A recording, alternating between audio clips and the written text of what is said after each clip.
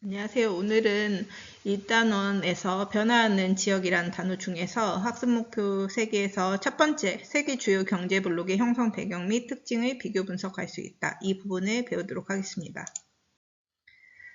먼저 세계 국가들 왜 지역 경제를 통합할까? 그러면서 경제 블록이라는 것이 나옵니다. 우리도 그 교실에서 예를 들자면 내가 일반이라고 합시다. 일반 친구들이 있지만 그 중에서도 더 친한 친구, 단짝이 또 있잖아요. 그거랑 마찬가지로 아래 내용 좀 보도록 하겠습니다. 이 부분 같이 볼게요. 자유무역, 다자주의를 표방하는 세계무역기구. 다자주의가 뭐냐면 다수의 국가가 참여해서 공동의 원칙을 수립하는 제도. 이 WTO에는 엄청 많은 나라가 여기에 참여합니다. 즉 일종의 교실에서 한반이라고 생각하면 돼요. 근데 이 한반에서 모두가 다 이렇게 예를 들자면 내가 간식이 있어요. 그러면은 모든 학생들한테 주지 않고 친한 친구에게만 주죠. 그런 것처럼 이렇게 다 친할 수가 없으니까 특정 친구들끼리만 더 친한 것처럼 경제 블록을 만들어 가지고 특정 나라끼리 일종의 연합을 맺는 거예요. 그렇게 생각을 하면 되겠습니다. 그래서 다자주의 같은 이 WTO의 대표적인 것에서 좀 벗어나서 이런 경제 블록을 특정 지역끼리만 만들어가지고 더 통합을 하면서 더 끈끈해지고 서로 영향을 주고받는 거라고 생각을 하면 되겠습니다. 그래서 이 경제 블록을 만들어서 보통은 당연히 인접한 나라, 그다음 세계 주요 국가가 공동의 이익을 위해서 구성하게 되겠죠. 그런 경제 협력체를 경제 블록이라고 합니다. 그래서 같은 이 경제 블록끼리 묶이면은 예를 들자면 노동이나 그다음 일한 사람, 그다음 자본, 돈이 자유롭게 이동하게 한다든지 여러 그 목적으로 결성을 하게 되는 거예요. 그럼 경제 블록의 유형은 더 느슨한 조합부터 완전 끈끈한 조합까지 이렇게 통합 단계가 있는데요.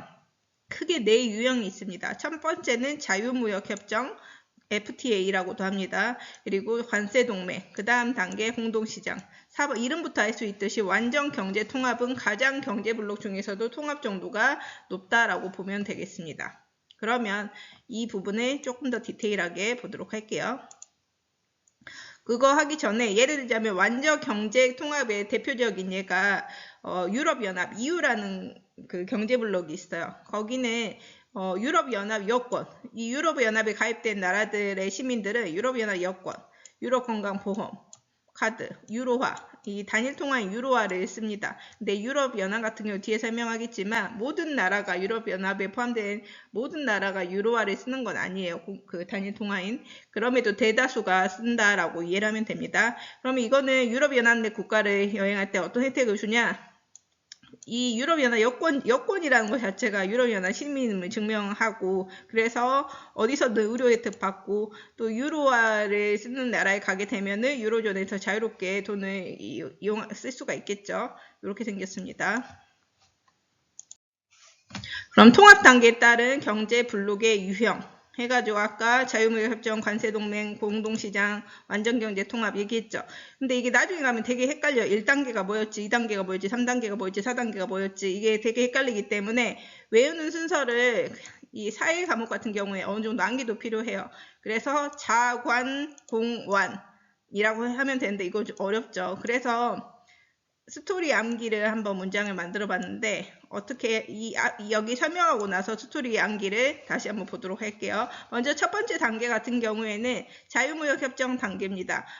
자유무역협정 그 첫 번째 유형은 자유무역협정인데 FTA라고도 해요. 자유, 프리, 트레이드 이렇게 해가지고 약자입니다. 이거는 영내 경제 블록을 맺은 그 나라끼리는 관세를 없애자, 즉 회원국 간의 관세 철폐하자. 이게 1단계 경제 블록의 유형이 바로 자유무역협정인데 이 특징이 요거 하나예요.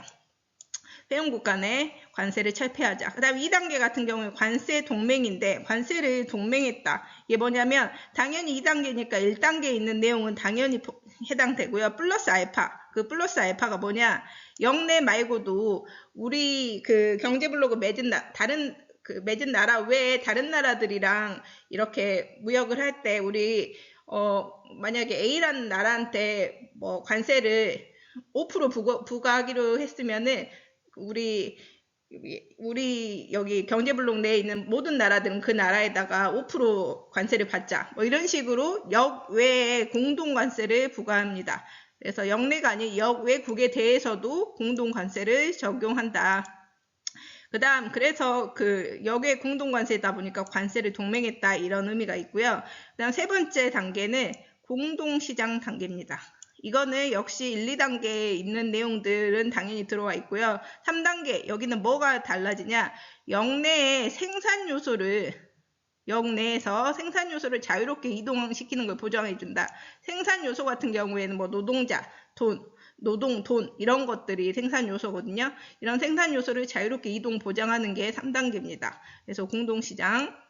그다음 4단계 같은 경우에는 이제 완전 경제 통합 단계인데 이 3단계까지 내용은 역시 포함 다 되겠죠. 플러스 알파, 역내 공동 경제 정책, 그다음 초국가적 기구, 초국가, 국가를 초월한 기구. 이거는 뭐냐? 정치 경제적으로도 우리 한 나라처럼 통합을 시키자라는 거예요.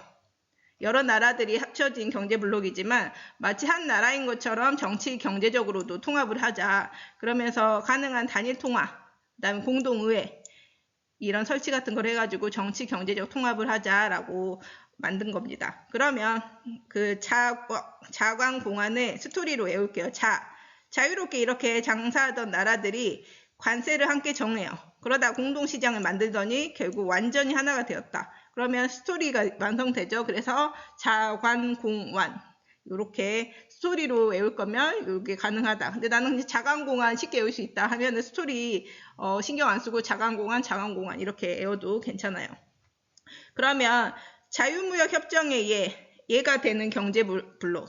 그 다음에 3단계 2단계, 3단계, 4단계 각각 대표적인 경제블록의 예시들이 종종 나옵니다. 그럼 먼저 첫 번째, 자유무역협정, 역내 관세 철폐만 하지 않는, 역내 관세 철폐만을 하는 1단계에 해당되는 경제블록 유형이 뭐냐? 뒤에서 배우는 USMCA. USMCA는 미국, 멕시코, 캐나다 협정이라고도 하는데 그것은 자유무역협정 에 해당됩니다. 그 다음에 완전 경제 통합 단계. 얘의 대표적인 예가 유럽연합이라고 하는 EU. 그래서 아까 말했던 그 유로화 쓰고 있는, 그래서 단일 통화를 대다수가 쓰고 있다고 했죠.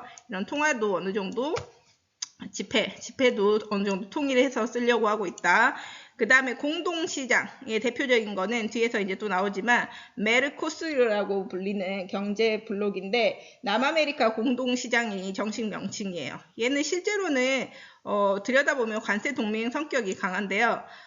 올해 거 수능 특강이 내년 2027학년도 수능 특강이잖아요. 그게 결국 수능은 이 수능 특강이 준해서 나오기 때문에 여기 자료를 봤더니 이 자료 기준으로는 공동시장에 해당된다는 문제가 나와 있어서 이 공동시장은 사실 메르코스르 같은 경우에는 이 기준에 의거한다면은 3단계 공동시장에 해당되는 것 같아요. 근데 작년까지만 하더라도 2단계로 가르칠 때도 있었거든요. 그래서 문제로는 뭐 메르코스르가 2단계 관세 동맹이냐 3단계 공동시장이냐 이거 가지고는 내신에서는 내지 않을 생각이에요. 좀 시비가 붙을 수 있는 사안이긴 해서. 그럼 이제 내가 그 세계 주요 경제블록 7가지 정도를 같이 알아보도록 하겠습니다. 이게 교과서에 있는 자료고요. 반드시 이 내용들을 볼 때는 이 지도 자료와 같이 봐야 돼요. 왜냐하면 시험에서 어떤 식으로 나오냐면 A, 이쪽을 A, 뭐 이쪽을 B 이렇게 해가지고 A에 해당하는 경제블록에 대한 설명을 옳은 것은 B에 해당하는 경제블록에 대한 설명을 틀린 것은 뭐 이런 식으로 나와요. 그래서 지도도 같이 공부를 꼭 해야 됩니다. 그러면 유럽연합은 당연히 유럽 쪽에 있겠죠. 그래서 여기 요 색깔 유럽에서도 모든 유럽 국가가 포함되는 게 아니고 일부 국가 여기 연두색으로 표현되어 있습니다. 책에서 확인하면 됩니다.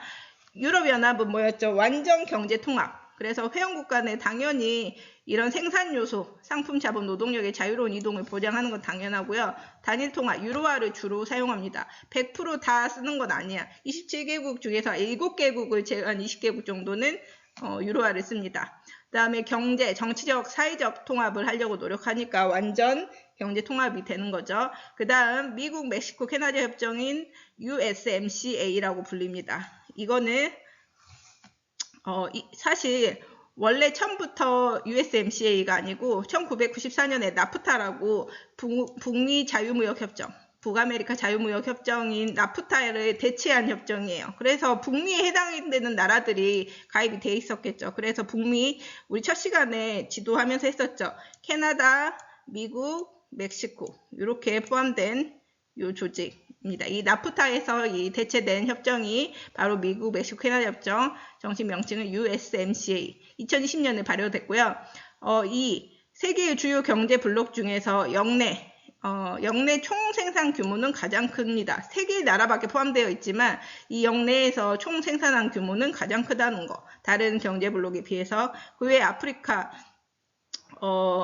선생님이 빨간색으로 표시한 그 경제 블록들이 있잖아요. 이 경제 블록도 중심으로 수능에서도 나오는 편이에요. 그래서 3, 4번은 그런 게 있나 보다 하고 넘어가면 됩니다. 3번은 아프리카 대륙 자유무역지대 해가지고 요렇게 이런 54개국이나 포함된 것들이 있고요. 그 다음에 남아시아 지역협력연합이 또 있습니다. 그냥 그런 게 있다 보다 하고 넘어갈게요. 그 다음에 동남아시아 국가연합, 말 그대로 동남아시아가 포함되겠죠. 이 보라색에 해당되는 건데 영어로는 아세안이라고 불려요. 아세안, ASEAN, AN. 그리고 동남아시아에 위치한 10개국 간의 기술 및 자본 교류와 자원의 공동개발 등 상호 협력 증진을 목적으로 합니다.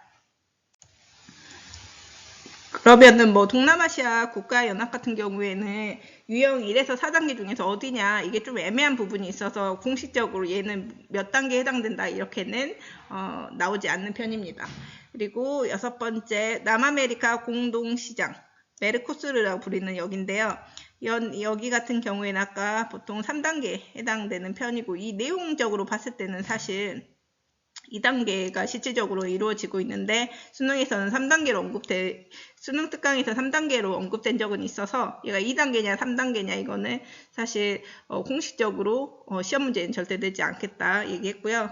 그리고 대표적으로 4개가 있습니다. 브라질, 파라과이, 우루과이, 아르헨티나. 여기에서 우리 교과서 컬러풀 자료 있죠. 거기에서 브라질, 파라과이, 우루과이, 아르헨티나가 어디 있는지는 한번 확인이 필요합니다. 그리고 7번 아시아 태평양 경제 협력체 APEC이라고 하는데 이 점점점 돼 있는 곳들이에요. 그래서 이 점점점이 아시아 태평양이니까 여기 이쪽도 북미 쪽에도 표현이 되어 있죠.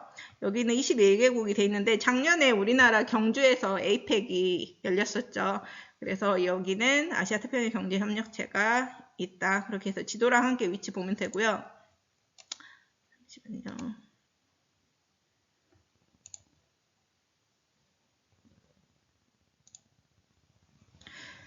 그리고 여기 특히 EU와 관련해서 종종 언급되는 게 여기 영국이 EU에 포함되어 있지 않죠. 이 색깔. 그래서 2020년에 영국은 EU에서 탈퇴를 했어요. 그걸 브렉시트라고 합니다. 영국이 유럽연합 탈퇴한 그 사건을 브렉시트라고 하고 그 외에 그 유럽 중에서도 여기 스위스 같은 경우에는 유럽의 대표적인 중립국이에요. 그래서 가입하지 않았고 여기도 가입하지 않는 나라들이 종종 보이죠. 그래서 유럽의 모든 나라들이 가입한 것은 아니라는 점.